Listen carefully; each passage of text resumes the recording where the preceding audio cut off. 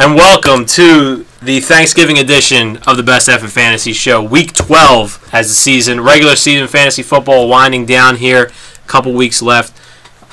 Welcome, everyone. I hope you had an exciting, successful Week 11. Week 12 on the horizon. No buys, full slate of games. Shouldn't need any help on the waiver wire this week, I would think. Right, Jer? Well, there's a couple of guys out there that are worth picking up, especially if you have some injuries. But we'll get to that. We'll get to that in a minute, but since it is the Thanksgiving edition of the Best F in Fantasy Show, we're going to start it off like we do every year, the last 2 years, and I want to hear what you guys are thankful for. I guess what I'm thankful for was I was playing two teams in a couple leagues that had the Bears defense and Robbie Gould. I was only up maybe about 10 or 15 points, and they did nothing, so I'm pretty thankful for that. That's good. I got wins I didn't expect. There you go. That's good, Jer. That's real good. We all deserve that. How about you, Carm? That's good. I'm thankful for one man and one man only right now, and that's Colin Kaepernick. And that's all I have to say about that. Well, hopefully you'll have a little more to say about Colin Kaepernick I will. on the show. Nick, what about you, Nick? What are you thankful for? I gotta be thankful for Doug Morin. I know when I drafted him, I had some doubts, but now he's finally giving me the points I thought I deserved. That's so a good one. I'm very thankful for Doug. I'm thankful for my boy, Peyton Manning. I missed him last year. Come back with a vengeance this year. I'm glad to have him back. Want to recap a couple things in Week 11, and we're going to start with that fantasy absolute shootout in Houston this week against the Jacksonville Jaguars against the Houston Texans. Both teams went off 43-37, especially through the air. A couple guys, we're going to highlight: Chad Henne, Justin Blackmon, Matt Schaub, Andre Johnson. Jared, just off the top of your head, what jumped out to you about that matchup, about that production from those guys? Well, I think it's obviously Justin Blackmon because it just goes to show how much Blaine Gabbert's been holding him back. Chad Henne steps in, and he's actually going to remain the starter. Over the next 2 weeks, he's going to face the Titans and the Bills. So that's a very solid plug and play. Yeah. Justin Blackmon, probably everyone just went out and grabbed him and said, okay, this is his breakout. He's going to continue this tear, and don't expect that every week, but he's going to produce here on out as long as Henne's on the center. Yeah.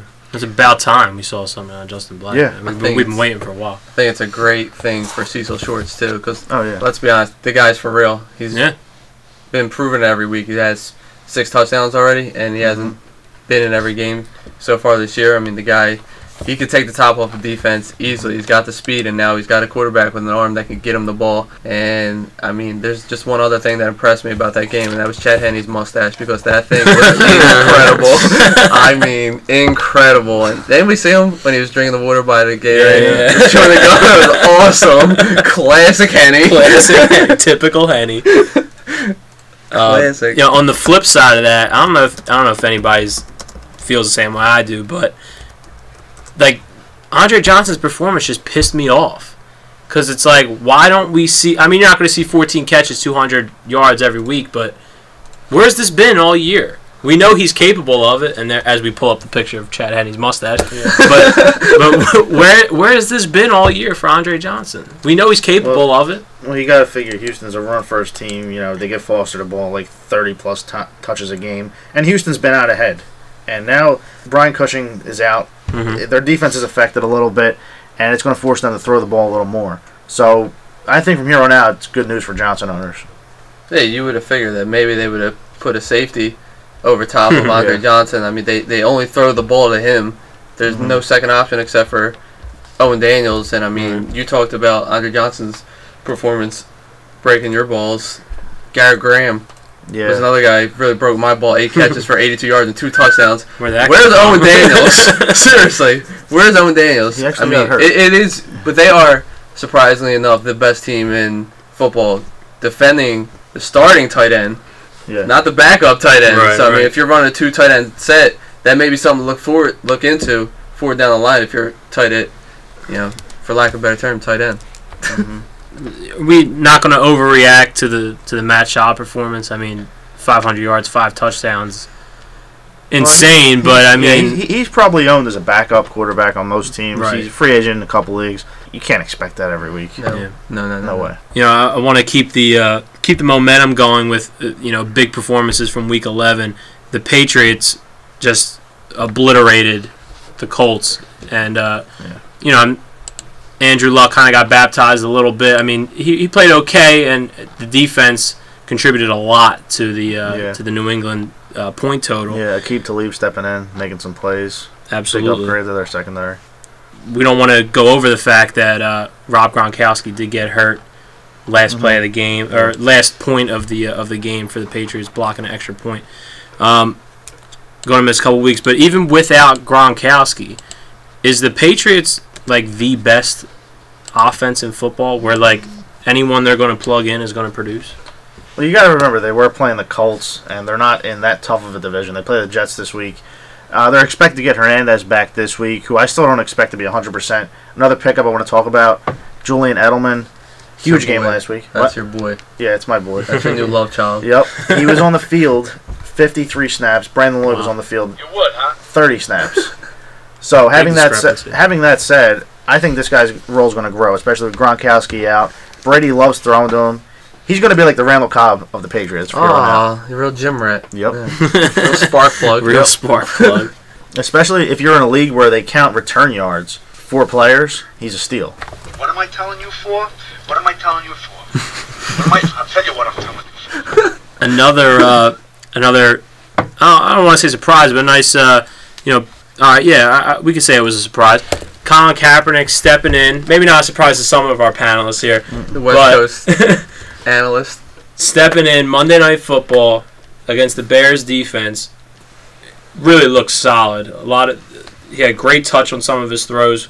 Great velocity. Looked really good. Got Vernon Davis involved for the first time in weeks or months.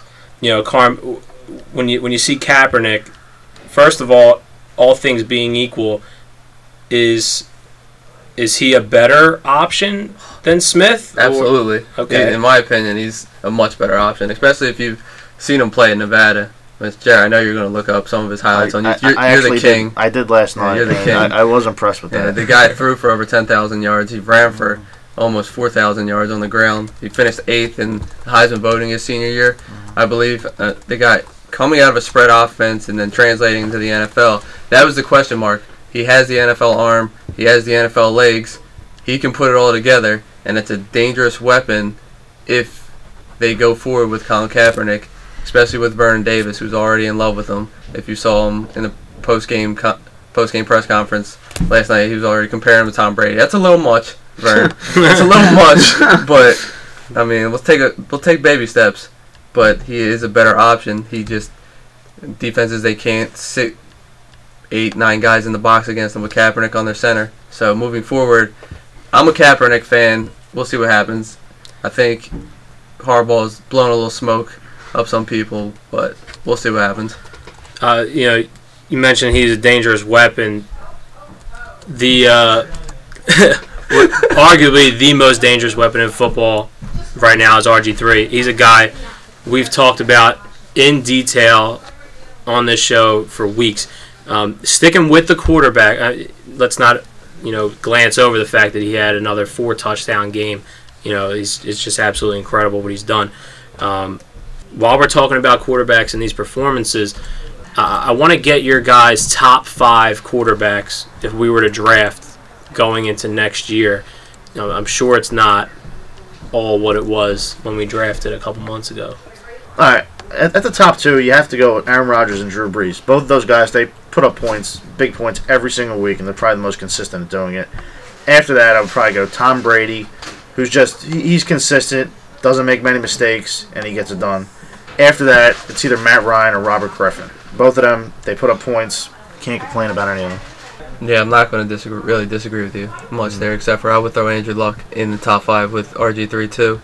The only thing that's going to change is the schedule for Robert Griffin. That's going to favor him going into next year, especially they'll probably finish in 3rd in that division, so they're going to be playing a 3rd-place schedule. Colts, they'll probably finish in 2nd, and I think they're going to get in the playoffs and make some noise, get their Tim Tebow on the playoffs this year. There you go. So they'll have a tougher schedule moving forward next year, but I will put RG3 at 5 and then Luck really close right behind RG3 moving into next year. Was Matt Ryan's game this week at home against Arizona, was that just kind of like a little minor speed bump, or is that something you're concerned about? I think obviously fantasy owners were concerned because they either got negative or 0 points. Right. But 3 of those interceptions were tipped passes, so it wasn't all his fault. Right. So I'm not really worried. The only reason why I bring it up is, and Arizona does have a pretty good secondary. Sure. So. The only reason why I bring it up is that, the biggest knock on Ryan throughout his career was that he's never, and the Falcons in general, was that they don't perform in the playoffs. And I didn't know if you guys thought that this would be, kind of a landslide into the playoffs after this hot start, if it was going to kind of start a little downward spiral for him. But if you're confident in him, well, from a fantasy we're not jumping off the cliff. Right. I mean, it's one game. Sure. There was a lot of tip balls that could have easily been caught. I mean, they go the other way. Plus, he didn't have Julio Jones. Julio was just out there as a decoy. Yeah. Much to the chagrin of Julio owners around the nation.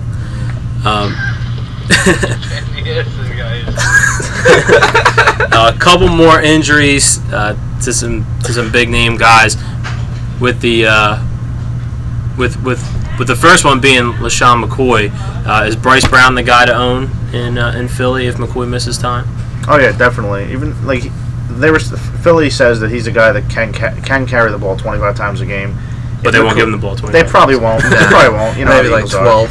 But Carolina allows the 6th most fantasy productions to opposing backs.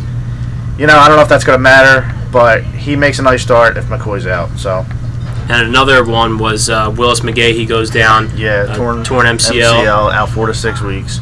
Ronnie Hillman's a guy that a lot of people were high on in preseason, especially me, comparing him to Darren Sproles. He lacks in pass protection a lot, but I think that he's going to be the most productive back out of that committee, especially in PPR formats. He catches the ball way better than any one of those running backs. Now, who are some other guys that we haven't touched on yet that might be worthy of a pickup this week?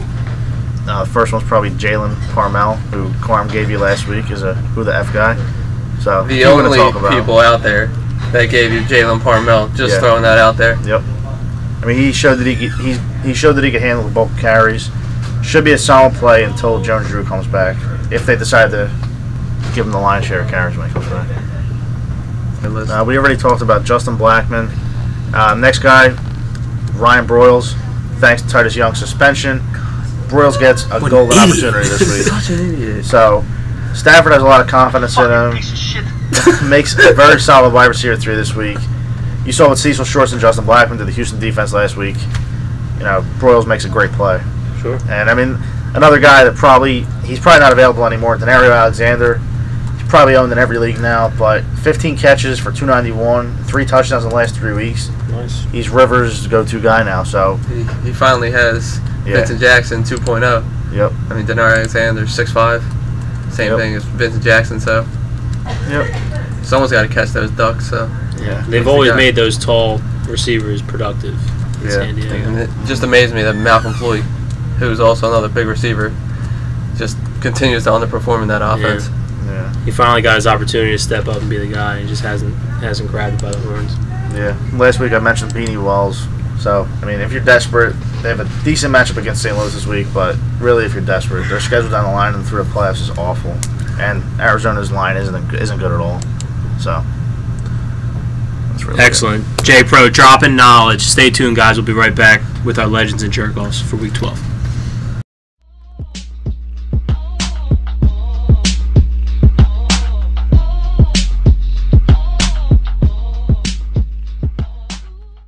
Welcome back, everybody. Week 12 edition of the Best F in Fantasy Show. Thanks for joining us. If you don't already follow us on Twitter, follow us at Best F and Show. And always check out the website at bestfnfantasyshow.com. It's time for our Legends and Jerkoffs for Week 12. Jared, why don't you kick it off? Only in America. First one we just talked about, Ryan Broyles. Like I said before, tied us out. We got plenty of chances this week. Throw it to me. All right, there you go. All right. My first legend, Jerry's favorite redhead this week, Andy Dalton. There it is. Playing Oakland. I don't have to explain much there. Yeah. You should start all your Bengals this week. Mohamed Sanu came through for me last week. Yeah. No, I lost. Where did the fantasy listeners hear Mohamed Sanu? Where they hear his name first at? Right here. Right here. Best F in Fantasy Show. Count it. My next one, T.Y. Hilton. T.Y. He's still free agent in a lot of Had leagues. a nice game last week. Yeah, he had a great game last week. Picked up the wrong. Luck has a great rapport with him. I don't see his production slowing down. It's shaping up to be a nice wide receiver 3 going forward. Absolutely. So. And that's a great segue into my next legend, Andrew Luck against Buffalo. Buffalo allowing the 4th most opposing quarterback. So, Andrew Luck, if you have a little decision going on between the top tier guy and Andrew Luck, might be a good week for Andrew Luck to get him in your lineup. All right, my next one, Miles Austin. He's been pretty quiet the last couple of weeks with Dez emerging. Washington, do I really have to explain? Allows the most production to opposing receivers. So, all right, I think he comes back this week. My next one, we talked about him earlier, Cecil Shorts. The guy's the real deal. Against Tennessee this week, Chad Henne, the run game's not too explosive right now. I mean, Parmel might get some more touches, more looks this week. But Cecil Shorts, Justin Blackman, Chad Henne combo, get them in your lineup this week, especially if you're desperate in some of those areas. All right, my last one, Kenny Brett. During the bye, they wanted to figure out how to get him more involved in the passing game. Jags allow the 5th most production to opposing receivers, and having Jake Locker back is definitely an upgrade. All right, Jerry, my last one, a little lower tier legend here, Andre Brown versus Green Bay. And week 10, Brown played more snaps than Bradshaw. Going forward, he's been the guy they want on the goal line. Bradshaw hasn't been too reliable with his health issues. So Andre Brown, I see him maybe 1, maybe 2 this week. They're going to have to put points up. Like that. Jerkoffs for week 12. Who you got? My first one, Alfred Morris. He's been solid all year, but Dallas has a pretty solid run defense. I expect the Redskins to be playing from behind all day, which could limit his chances. All right, nice. My first one, Brandon Lloyd against the Jets. More than likely, he'll get Cromartie just because of his ability for the deep ball. And with the emergence of Edelman last week, I don't see Brandon Lloyd doing much, and his downward spiral is just going to continue this week. All right, my next one, Heath Miller. It's pretty clear that with Leftwich on the center, he's going to struggle. Expect that trend to continue. I would look for better options this week at tight end. My next one, we go Reggie Bush at Seattle. In Seattle, another guy who's in a downward spiral going on. You know, Reggie Bush not too reliable against the tough Seattle defense. So Reggie Bush, jerk off this week. Hate to do it to him. That was actually my next jerk off. Boom! Okay. And that's all we got. No, that's not right, you go. all we got because we have the last one, Larry Fitzgerald against the nice Rams secondary. Larry Fitz. I got a whole bunch of guys on downward spiral on my list right now, and he's going to top it off this week. Another jerk off, Larry Fitzgerald. All right, the people have been waiting long enough. The streak continues. The streak definitely continues, and it's going to continue in week 12. Who the is that sleepers of the week? 12 weeks going. Give me somebody. Let's go. All right, my first one, I'm going to go Evan Rodriguez. Ooh. Kellen Davis, he's supposed to step up this year. He hasn't been doing anything. So, I think Temple Product gets more involved this week. You love that. Thanks for dropping it. Yeah, I had to. There you go. If we just had the fake owl screech that they play at the game right now, it'd be awesome. It'd be on right now. The Falcon screech that they play. All right, my next one, Dwayne Harris. Dallas wants to utilize this guy more. He actually played more snaps than Ogletree last week. I think Harris is going to make a few plays this week.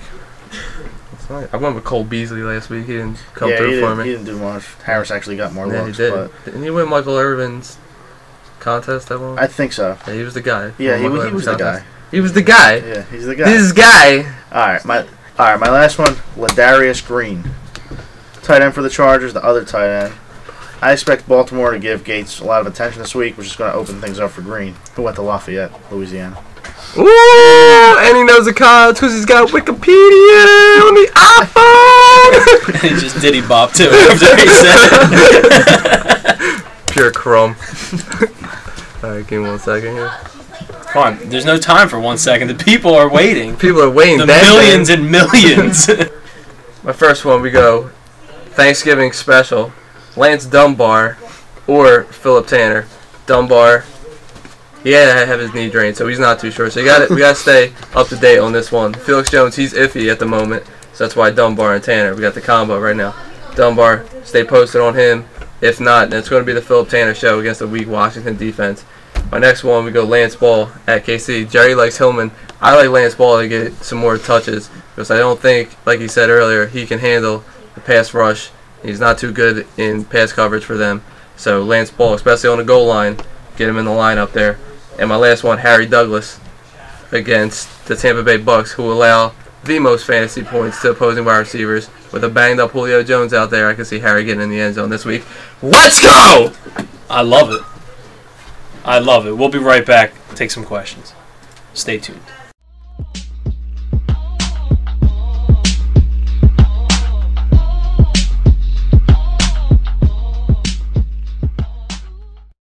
And we're back. Week 12 edition, Best F in Fantasy Show. Question segment, where we take some questions from our Twitter followers and all our other social media outlets. That is what we do. Follow us on Twitter at Best Effin' Show. Like us on Facebook. Shoot us an email, besteffinshow at besteffinfantasyshow.com. Is that it? That's it, yeah. That's it. So feel free to hit us up with an email. We'd love to help you guys out. Thanksgiving edition. I want to pass it on to our producer, Nick Specker, who has the first question. All right, our first question comes from at S_Albertini. He said, a friend at work wants to know, should he trade Jimmy Graham for Alfred Morris and Vincent Jackson? Well, you're in luck, Steve, because we have two analysts who are going to tell us right now. Well, if you're really desperate for wide receiver and a running back, I would do it. But other than that, you don't want to get rid of Jimmy Graham. Well, let me ask you this, because you got a follow-up offer after I had originally posed that question for I don't see it on the Twitter board. Well, Nick, I mean, things move fast, Nick. He said, would you do Jimmy Graham for Reggie Wayne and Alfred Morris? How do you feel about that? That's a little better, but still, Jimmy Graham is a guy that, like, he's going to produce big numbers every week. Yeah. Jimmy he Graham is a little weak at wide receiver and running back, though, so yeah, that's why. But Jimmy Graham is, like, equivalent to having a wide receiver one. True. So, I would see what's on the waiver first before you actually make a move like that. Okay. Actually, what did I tell you also about Alfred Morris? I would pick up, if you're going to go through with the deal, I would also pick up Evan Royster, because just the way Mike shitty shenanigans works with his running back, I actually feel like Evan Royster is going to end up finishing the season as the Redskins starting running back. It's my personal opinion. Yeah. I actually had that suspicion all year, too. Yeah. So. Even though Morris is having a really good year? He's been declining a little bit the last couple weeks. He he's hasn't slowing been down a little bit. Yeah. He's hit a rocky patch, you know. But he's hit a little highs and wall. lows, peaks and valleys of the NFL season. But Mike Shanahan doesn't care about your fantasy team. He don't. No. He's not about that hot hand. He's not paying. Royster's a guy, before the season started, they said he could be a stud running back in the league. Absolutely. So that's something that I'm never going to forget. Never forget that, Jared. No. Tat it on your mother forehead. Oh, girl. Don't be molded. What do you got, Nick? Keep that in. Alright, our next question is from at Riley Guy. He wants to know, is Vernon Davis a must-start this week, or does it depend on whether or not Kaepernick plays or not? Just call him Kaepernick. Nickel, I added nickel. Because he is a nickel. We can't make this shit up. We really can't. We really can't. I'm a big fan of Alex Smith, personally, but go ahead. Sorry. If Kaepernick plays, he's 100%. Kaepernick. They're playing New Orleans this week. Absolutely. Yeah, They're starting all your 49ers this week. Last year in the playoffs, they put up 30-something points, and the last time Vernon Davis played against them, Vernon had a monster. he had about 8 catches for 100-something yards and 2 touchdowns. So you're starting Vernon Davis regardless of who's the quarterback. The catch 3 or whatever. Well, according to the Sacramento Bee, at least for now, it was the catch. Kaepernick is supposed to be starting. So, but yes, ride with Vernon Davis against the Saints this week. okay. Don't drop my West Coast knowledge there. Only I'm allowed to quote my West Coast sources. I was just messing around. Like Carmen Del Mastro of the Oakland Tribune, San Francisco Chronicle, Can't you take a the joke? Bay Area Times. Alright, our next question comes from at Jerry Mouse 34. Mabes. There's a lot of people, so pay attention. Says, I have Martin, Morris, Mendenhall, and Fred Jackson. My wide receivers are Decker, Hartline, Jam Jones, that's funny, A. Brown, period. Do I break the bank for Hillman or D. Alexander? Hold on a second. So who's he going to drop? We got to tell him. That's our job. He wants to know, is he I going say go Hillman. I feel like he's a little more. I don't know. I feel like he's got a little more firepower wide receiver. Well, I mean, are we recording? Denario Alexander. Yes, are we we're live? recording. Well, I mean, you guys just said that you were worried about Alfred Morris. Rashard Mendenhall's hurt. Yeah. Doug is Doug. Yeah. Well, Antonio Brown's hurt, and look at his He's situation. You want him catching passes from Charlie Batch? Well, Mm-hmm. okay. I would go Alexander. Denario. There you go. Because I just think that Rivers is dumb enough to just keep throwing the ball up to him. It's like that's true. Jay Cutler, Brandon Marshall effect. You find something you love, you're just going to keep And going back to it. And will Greg Jennings ever come back and they'll just kind of Obliterate phase out James James Jones?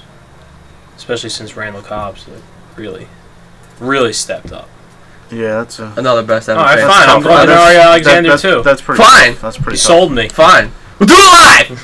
When you figure Denario Alexander's been, like I said before, consistent. First 3 weeks with the Chargers, almost 300 yards and 3 touchdowns. So yeah, it's pretty solid. yeah, he's consistent. Let's go Denario. Yeah, plus Hillman. I mean, he's got upside, but he's not going to stay on the field as much as people think. Yeah. He's not Darren Sproles just yet. Just yet. Lance Ball. They might break out Landis Gary. You never know. Mike Anderson. Ooh. You want to go back and forth with Broncos running backs? Tatum Bell. Tatum Bell. The obvious. Terrell Davis. Mike Bell. Mike Bell. How's it going? Clint Portis. Peyton Hillis. Stacey Mack. Stacey Mack. Was he on the Broncos? Was he on? No, he wasn't. He was on. Oh, you want to do Houston running backs too? We'll just do everyone in the zone blocking scheme. Oh! Goddamn zone blocking scheme ruined Darren McFadden. Next question. Next question. That's a debate for another day. This isn't really a question. It's more Also 3.9 yards a carry. Ooh. I'm just kidding. I'm just fucking with you. Over. Alright, 9. High volume workload. It's not really a question, this one. It's more of a statement. One cut offense. It says it's from @Antisocial Cobra. I'm sorry. Okay. Alright. What the Next hell are question. you doing? He says, all I know is that Larry Fitz, Hakeem Nicks, and Matt Forte killed me this season. They have declined for sure. Mm-hmm. You guys have any thoughts on that?